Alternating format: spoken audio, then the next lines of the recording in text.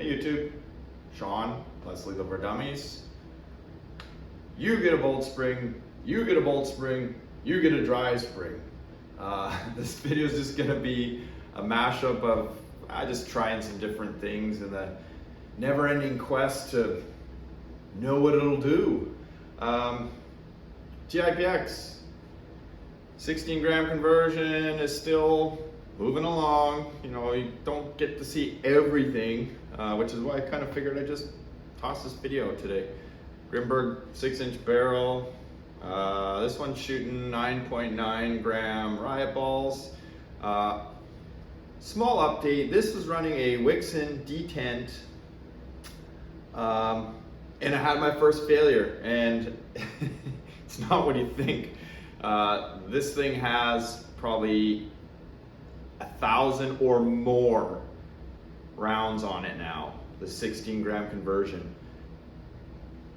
Pretty much everything, same O-rings. I did change to the TCR valve about 200 shots in, I think. So the valve, this TCR valve has probably 800 on it, but the detent finally did let go. The arm broke off, and you know what? I got no complaints about that. The factory detent would never last that long. So the good news about that was actually put my mag in, zoom, stream of balls came out, which is a little bit different than when a regular detent fails, because they tend to just get weak and then you get the odd double shot here and there. This one, I put it in, I knew it failed. Easy fix. So that one got a new bolt spring that I'll be testing. M17. This is my little 16 gram conversion. It has a 6-inch Lapco on it currently. This one won't have a baseline for you guys because I just put this on.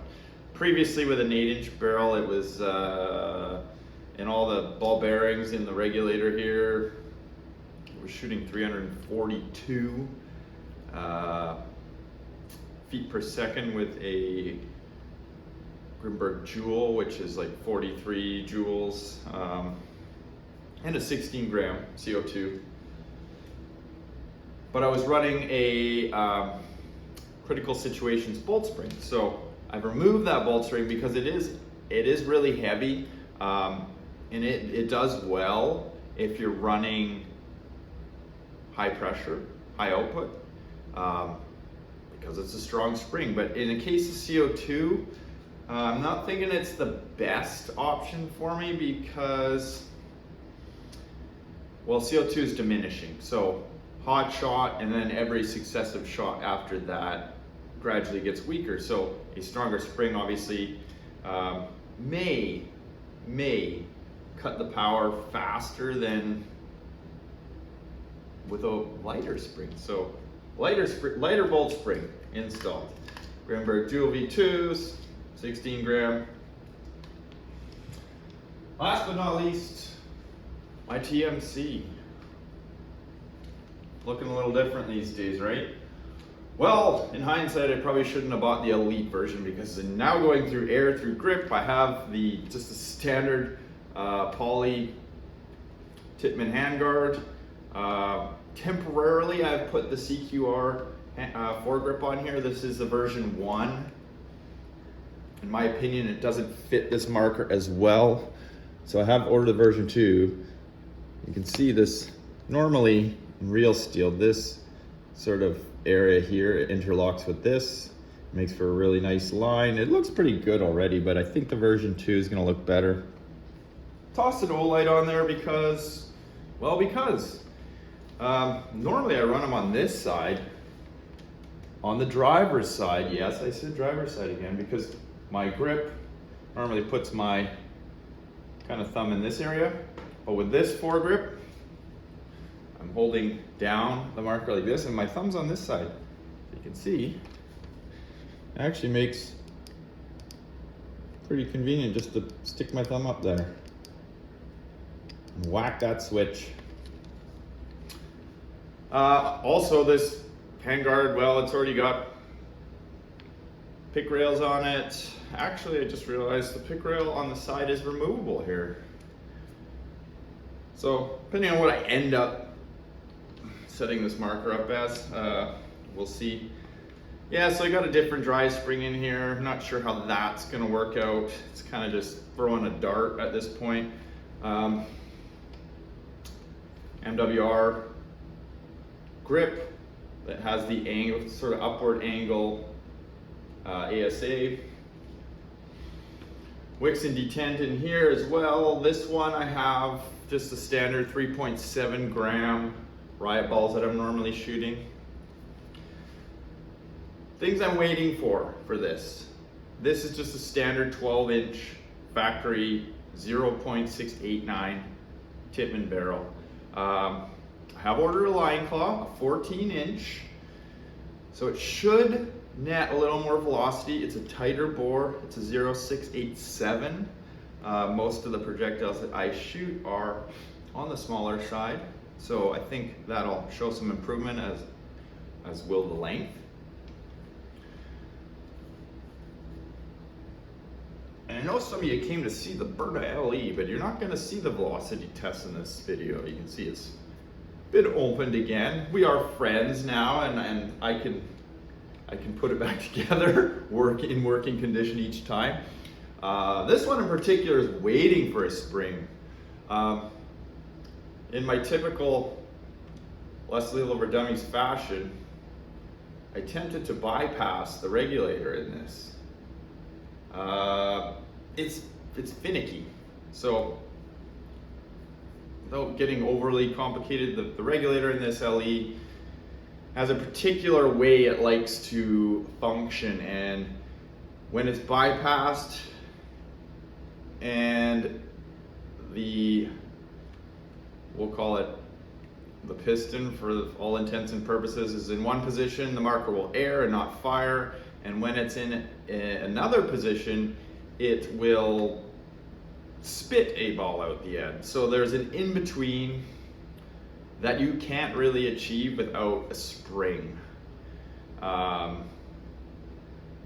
mean, I could preset it, but then who knows what's gonna happen. If you were gonna carry this, put this, store this, do anything with this, I mean, I don't know if any sort of bump might move that preset piston. So that one you're gonna have to wait for, but enough chit chat. Let's just shoot them, and that's gonna be it.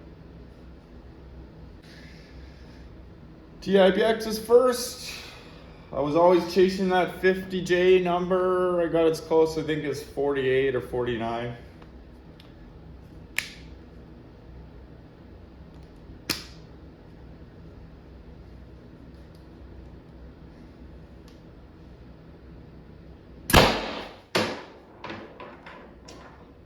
Not on this one.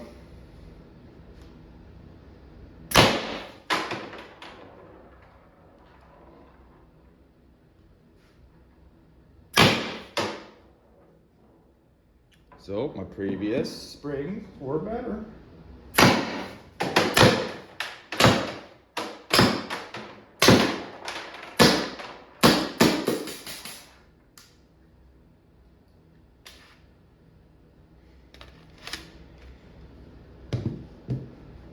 Let's do M17 next. So Grimberg Jewel V2s in this guy, 684 Labco, just a little stubby, I call it 6-inch, but it's actually 5 7/8 for the hair splitters out there. 16 gram chubby. And my foamies, the covers for these will be here soon, so you guys won't have to look at that ugly silver knob sticking out the back. Air it up.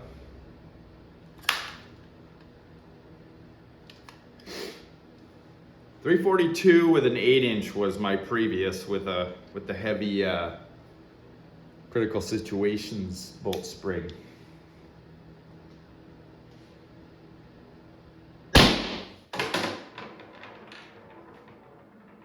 250.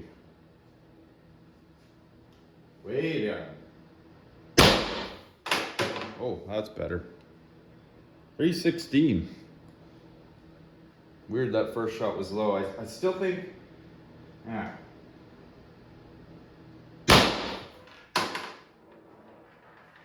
310.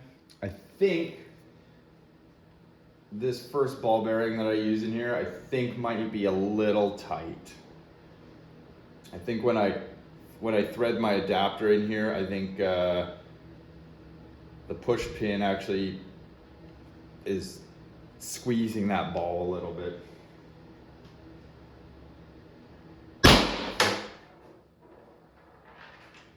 Real weight.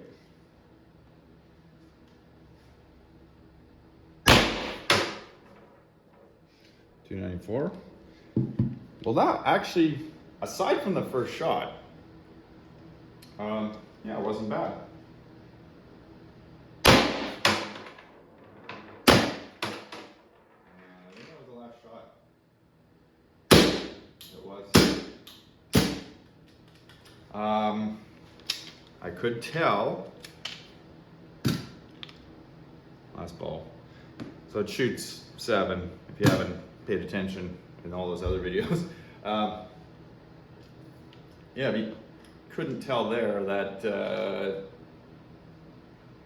that last shot was weaker. So this bolt spring is allowing more CO2 to escape, but my goal was to use a longer stick mag, so I don't know. I'll take it for what it's worth.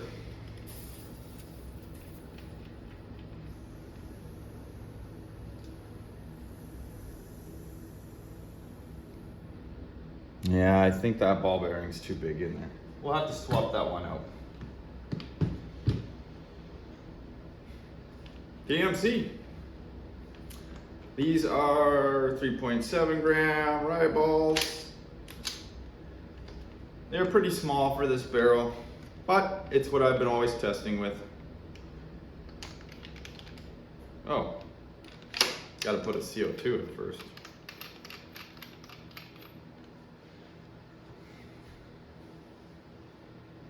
Crossman, as usual, 12 gram.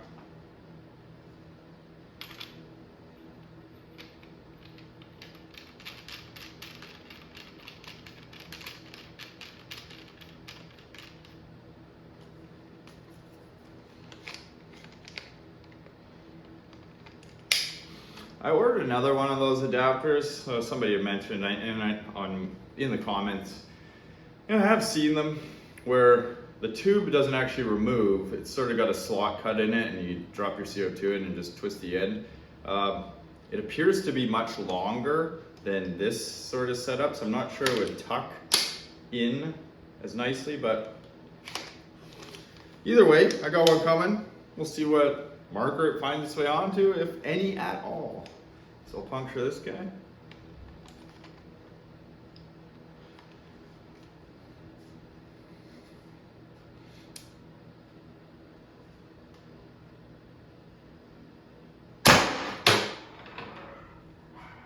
$344.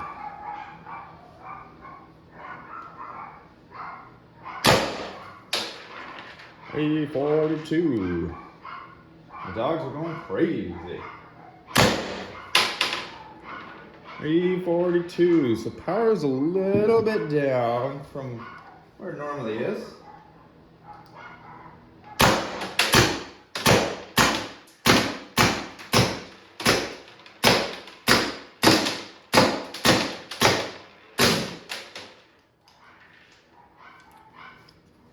Still lets off a whole mag though. This is the one I'm most curious about because I think I've opened the chamber up in this, but I don't think the hammer strike, even with the heavy spring, is actually using the CO2 that I've allowed, the volume that I've allowed to get in there. So I've got some dowel pins to try on the hammer, try and extend that strike a little bit longer. Well guys,